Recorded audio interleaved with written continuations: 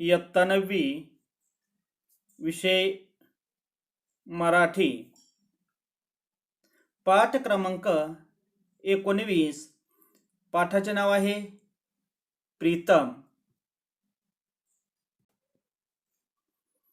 लेखिका आहेत माधुरी शानभाग। त्यांचा आपण परिचय पाहूयात। माधुरी शानभाग जन्म झालेला आहे 1952 सालामध्ये। प्रसिद्ध त्या लेखिका व विज्ञानाच्या प्राध्यापिका होत। स्वप्नाकडून सत्याकडे रिचर्ड फेनमन एक अवलिया संशोधक, CNR राव अनोख्या रसायनाने बनलेला माणूस, APJ अब्दुल कलाम एक व्यक्तिवेद, JRD एक चतुरस्र माणूस, brain waves, letters to a young scientist इत्यादी पुस्तके त्यांची प्रसिद्ध आहेत। त्यांच्या अनेक विज्ञान कथाही प्रसिद्ध आहेत।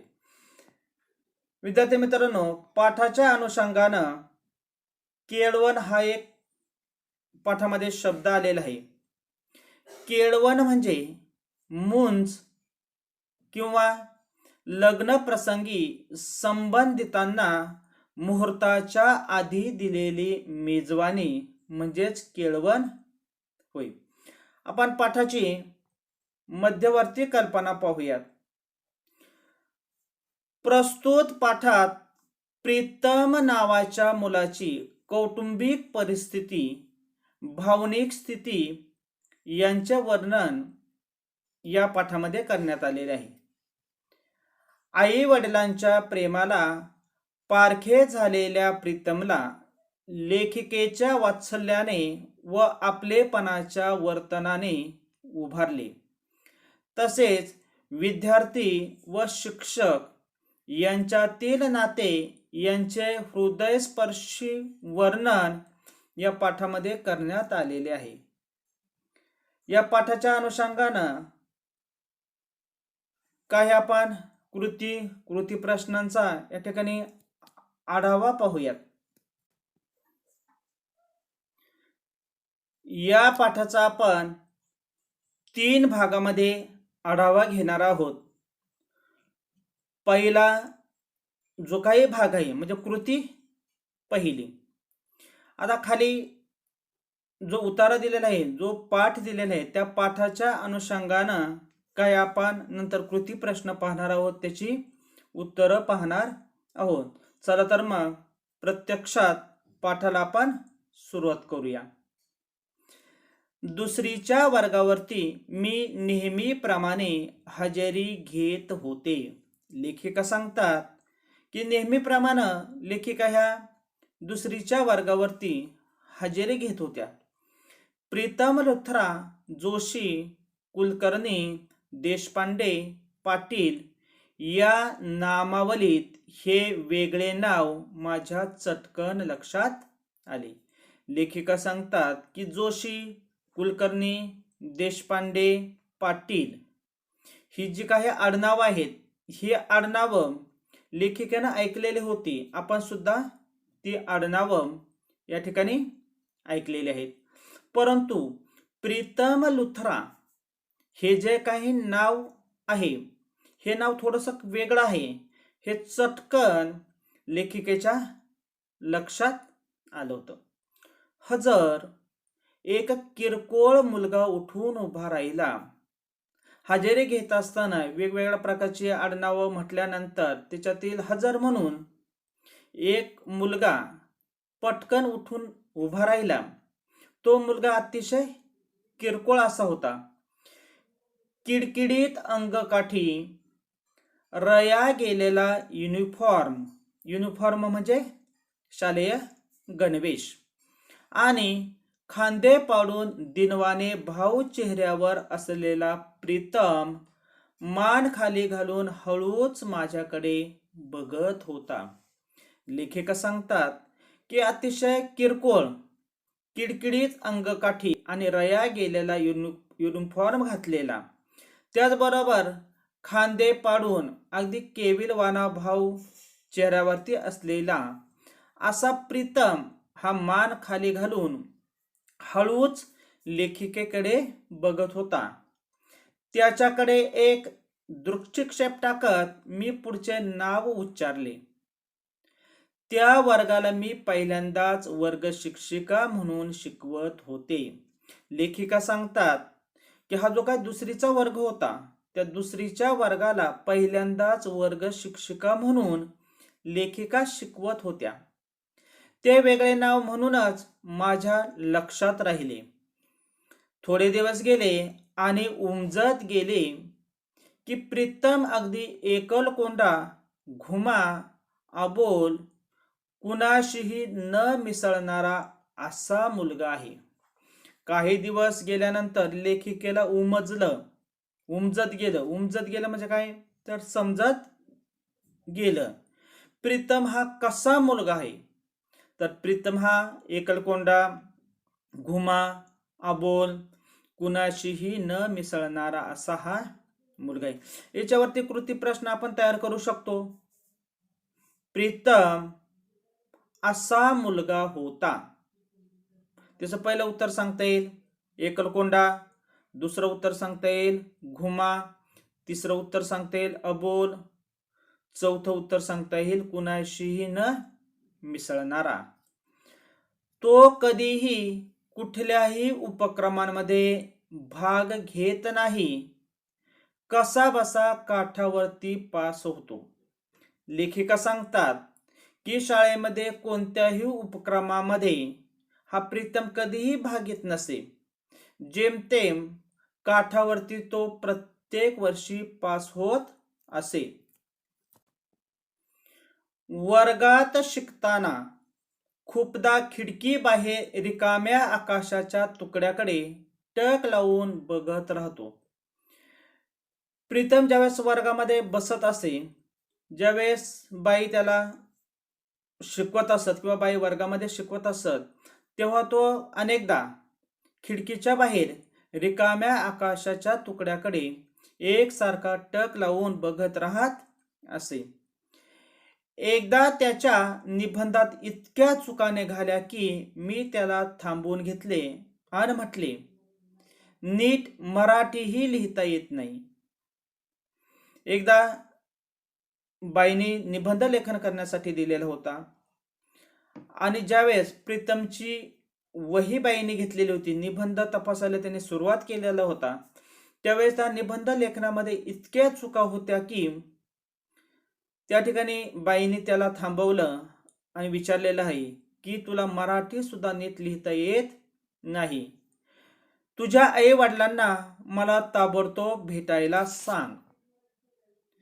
तू दिवसेंदिवस आळशी होत चालला आहेस. तुझ्या पालकांना तुझा बेजबाबदारपणा कळायलाच हवा. साधे शब्द लिहिता येत नाहीत असं लेखिकेनं प्रीतमला म्हटलेलं आहे किंवा बाईंनी प्रीतमला म्हटलेलं आहे. घाबरत, अडखळत, एक एक शब्द उच्चारत, धीर एकवटून बोलल्यासारखा प्रीतम म्हणाला. बाईने असं म्हटल्यानंतर प्रीतम थोडासा घाबरलेला होता. घाबरत, अडखळत, एक एक शब्द उच्चारत, धीर खरून, एकवटून बोलल्यासारखा प्रीतम हा बाईंना म्हटलेला आहे. बाई, माझे वडील सैन्यात जवान आहेत. ते दूर सरहद्दीवर असतात. 4 वर्षापूर्वी माझी आई वारली. मग मी त्यांच्याबरोबर 1 वर्ष बंगालात होतो. त्यापूर्वी मी पंजाबीत शिकलो. याच वर्षी मी इथे मामा मामींकडे आलो. मला मराठी नीट येत नसल्याने बाकी विषयही कळत नाहीत. प्रीतमनं सांगितलेलं आहे की बाई, माझे वडील हे सैन्यामध्ये जवान आहेत. ते दूरवर सरहद्दीवरती असतात. 4 वर्षापूर्वीच माझ्या आईचं निधन झालेलं आहे. 1 वर्ष मी बंगाल या राज्यामध्ये होतो. बंगाल राज्यामध्ये जाण्याच्या पूर्वी मी पंजाबी या भाषेत शिक्षण घेतलेलं आहे. याच वर्षी मी महाराष्ट्रामध्ये आलेलो आहे आणि मामा मामींच्याकडे मी राहतो. मला मराठी नीट बोलता येत नाही, मराठी व्यवस्थित लिहिता येत नाही आणि मराठी व्यवस्थित बोलता येत नसल्या कारणामुळं, मराठी व्यवस्थित समजत नसल्या कारणामुळं मला बाकीचे विषय देखील कळत नाहीत. तुला आणखी कुणी नातेवाईक नाहीत? माझा आवाज आता एकदम खाली आला होता. हे सर्व ऐकल्यानंतर बाईंनी त्याला प्रश्न विचारलेला आहे, तुला आणखी कोणी नातेवाईक आहेत की नाहीत? नाही बाई. मग तुझ्या मामांनाच मला भेटायला सांग. असा प्रश्न बाईंनी विचारल्यानंतर त्यावरती प्रीतम उत्तर देत आहे, नको नको, माझ्याबद्दल तक्रार केली तर मामी खूप टाकून बोलते, मग मामा मला मारतात. मी नापास झालो तर बाबांना सांगून ते मला बोर्डिंगात ठेवणार. बोर्डिंग म्हणजे वसतिगृह. तिकडे मुलांना खूप त्रास देतात. बाबांनी वारंवार विनंती केल्यामुळे मामांनी मला ठेवून घेतले आहे. त्याचे बोलके डोळे आता भीतीने भरले होते. माझ्याकडे याचना करत होते. याचना करणे म्हणजे विनंती करणे, विनवणी करणे. बाईने प्रीतमला सांगितलेलं होतं की मग तर मला तुझ्या मामांची भेट घ्यायलाच हवी. असं विचारल्यानंतर प्रीतमला सांगितलेलं आहे की नको नको, जर तुम्ही मामांना सांगितलं तर तक्रार केली तर मामी त्या ठिकाणी खूप टाकून बोलते आणि नंतर मग मामा मला खूप मारतात. या भीतीमुळं की तुम्ही घरी काही सांगू नका, याच्यासाठी त्यांनी विनंती केलेली आहे. आधीच मामीची 3 लहान मुले तिला खूप त्रास देतात, त्यात माझा त्रास नको. प्रीतम सांगत आहेत की अगोदरच मामांना 3 मुलं आहेत आणि ही तिन्ही मुलं मामींना खूप त्रास देतात, त्यामध्ये माझा त्रास त्यांना नको. एरवी इतर वेळेस शब्दही न बोलणारा प्रीतम आजूबाजूला मुले नाहीत म्हणून भडाभडा बोलत सुटला होता. इतर वेळेस प्रीतम एकही शब्द बोलत नव्हता, मात्र आपल्या आजूबाजूला एकही विद्यार्थी नाही हे पाहिल्यानंतर अगदी मन मोकळेपणानं बाईंशी तो बोलत होता. त्याच्या विचित्र आडनावाचा, अबोलपणाचा, काही कळत नसल्याचा खुलासा कळला तसे माझ्या काळजात काहीतरी लक्कन हलली. त्याचा असलेलं जे काही विचित्र आडनाव आहे, त्याचा असलेला अबोलपणा, की त्याला काही कळत नाही किंवा आपल्याला काही कळत नाही, कळत नसल्याचा त्यानं जो खुलासा केलेला होता, हे संपूर्ण बाईंना समजल्यानंतर बाईंना देखील जो आश्चर्याचा एक धक्का बसलेला होता. बाईंना जो आश्चर्याचा धक्का बसला होता किंवा बाईंना आश्चर्याचा कोणता धक्का बसला होता हे आपण पुढील तासाला त्या ठिकाणी पाहणार आहोत. तत्पूर्वी आज जो आपण घटक घेतलेला आहे, पाठाचा जो आपण भाग घेतलेला आहे, त्या भागाच्या अनुषंगानं काय आपण कृती प्रश्न पाहूयात. पहिला कृती प्रश्न आहे, आकृती पूर्ण करा. हा जो कृती प्रश्न आहे, या कृती प्रश्नाची 5 उत्तरं आपल्याला लेखन करायची आहेत. कृती प्रश्न आहे, बाईंनी वर्गात नेहमीप्रमाणे ही नामावली घेतली. या कृती प्रश्नाची 5 उत्तरं आपल्याला लेखन करायची आहेत. उत्तर आपण पाहूयात. बाईंनी वर्गात नेहमीप्रमाणे ही नामावली घेतली. पहिलं उत्तर प्रीतम लुथरा, दुसरं उत्तर जोशी, तिसरं उत्तर कुलकर्णी, चौथं उत्तर पाटील आणि 5वं उत्तर देशपांडे. पुढील कृती प्रश्न आहे, आकृती पूर्ण करा. हा जो कृती प्रश्न आहे, या कृती प्रश्नाची 4 उत्तरं आपल्याला लेखन करायची आहेत. कृती प्रश्न आहे, प्रीतम बाबत बाईंना उपजत गेलेले गुण. या कृती प्रश्नाची उत्तरं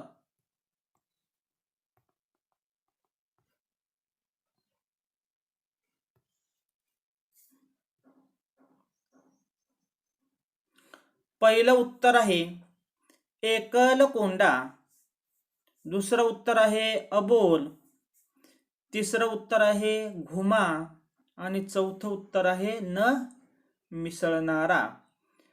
पुढील कृती प्रश्न आहे कारणे लिहा. आकडा 1.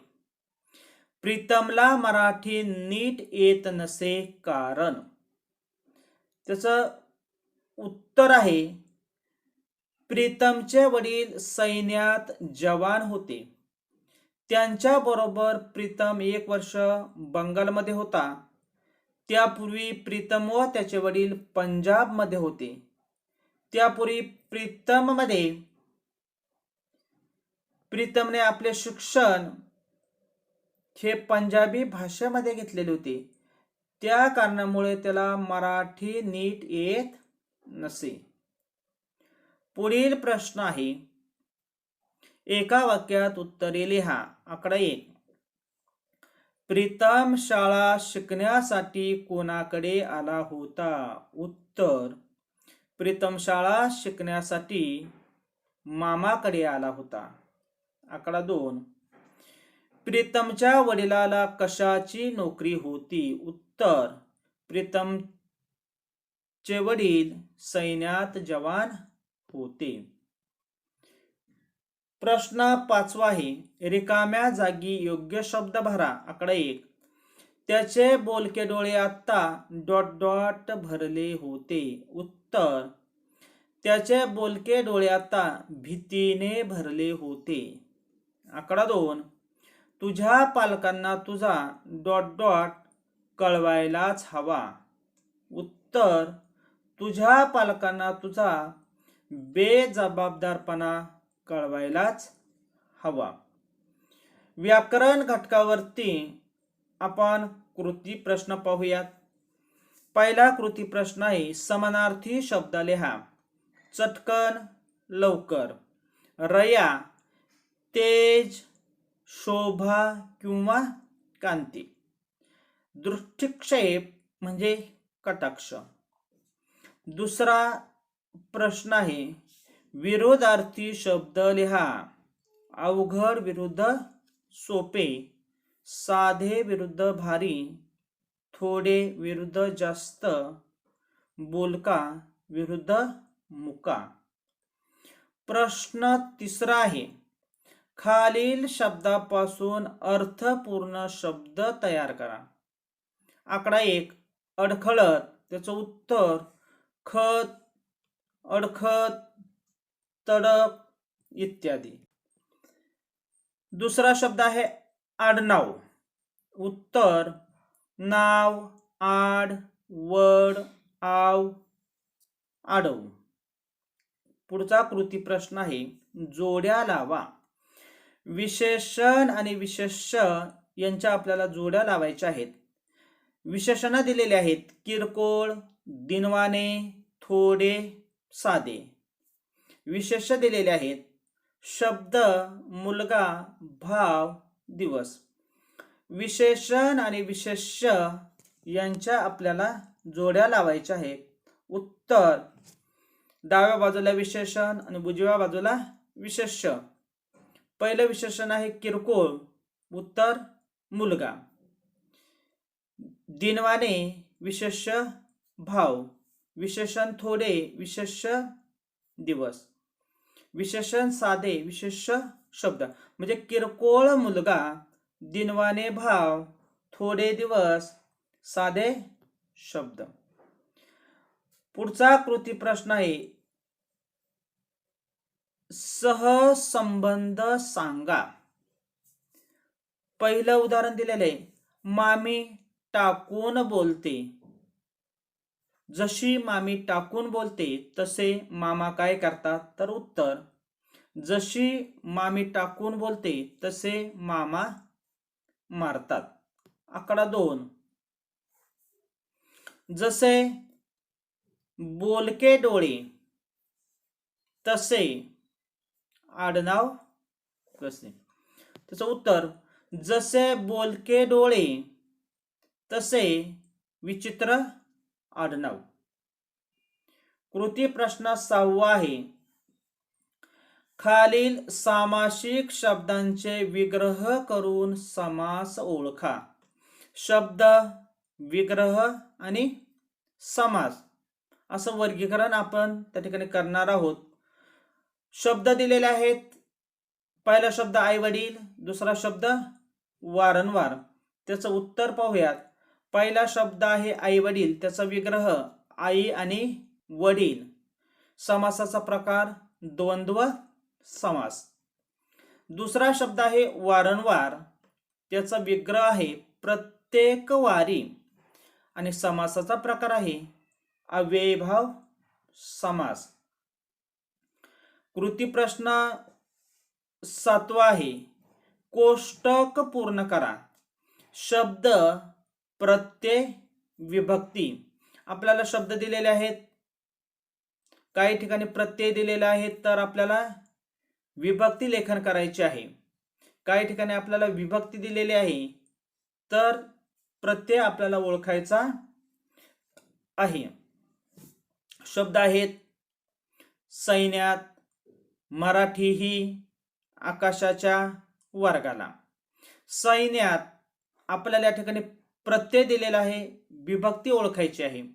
आकाशाच्या च्या हा प्रत्यय दिलेला आहे, विभक्ती ओळखायची आहे. तर मराठीही या ठिकाणी विभक्ती दिलेली आहे तृतीया, प्रत्यय आपल्याला लेखन करायचं आहे.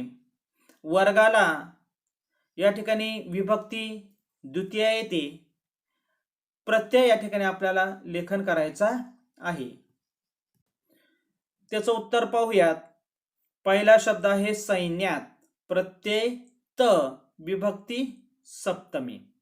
दुसरा शब्द आहे मराठीही, प्रत्यय ही, विभक्ती तृतीया.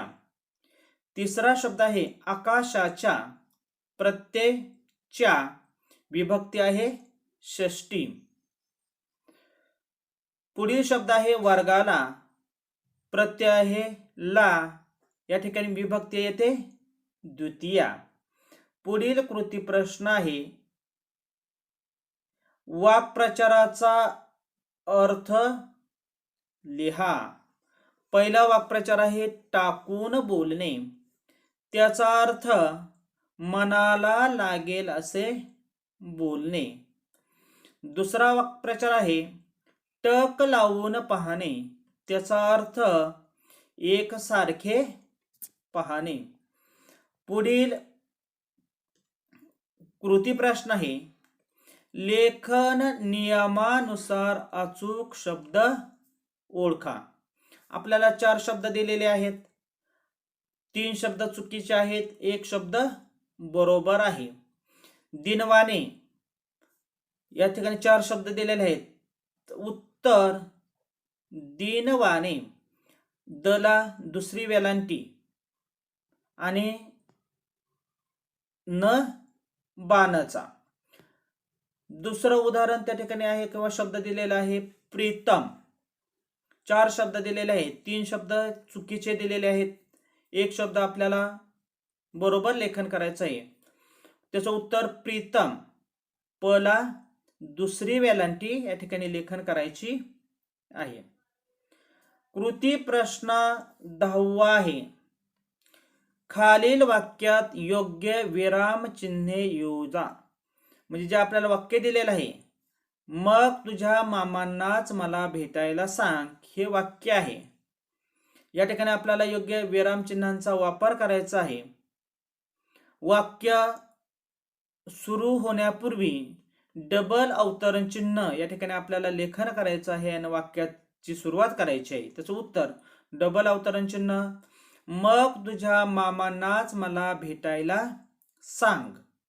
या ठिकाणी आपलं वाक्य पूर्ण झालेलं आहे, म्हणून त्या ठिकाणी पूर्णविराम आणि सुरुवातीला आपण डबल अवतरण चिन्ह दिलेलं आहे, त्यामुळं डबल अवतरण चिन्ह आपलं या ठिकाणी पूर्ण होणार. दुसरं त्या ठिकाणी उदाहरण आहे, तुला आणखी कुणी नातेवाईक नाहीत. उत्तर, वाक्याची सुरुवात डबल अवतरण चिन्ह मध्ये. डबल अवतरण चिन्ह, तुला आणखी कुणी नातेवाईक नाहीत. आता हे जे वाक्य आहेत, तुला आणखी कुणी नातेवाईक नाहीत, असं वाक्य म्हटल्यानंतर समोरच्या व्यक्तीला या ठिकाणी प्रश्न विचारलेला दिसून येतं. प्रश्न विचारलेला असल्या कारणामुळं वाक्याच्या शेवटी प्रश्नचिन्ह येणार आणि आपलं वाक्य या ठिकाणी पूर्ण होत आहे, संपलेलं आहे. म्हणून या ठिकाणी सुरुवातीला आपण डबल अवतरण चिन्ह दिलेलं आहे, म्हणून आपलं डबल अवतरण चिन्ह या ठिकाणी आपण पूर्ण करणार आहोत. तर आज आपण या पाठाचा पहिला जो काही भाग आहे, त्या पहिल्या भागाचा आढावा या ठिकाणी आपण घेतलेला आहे. त्याचबरोबर या पहिल्या भागाच्या अनुषंगानं काही कृती प्रश्न यांचा देखील आपण आढावा घेतलेला आहे. दुसऱ्या भागाचा आढावा आपण पुढील तासाला घेणार आहोत.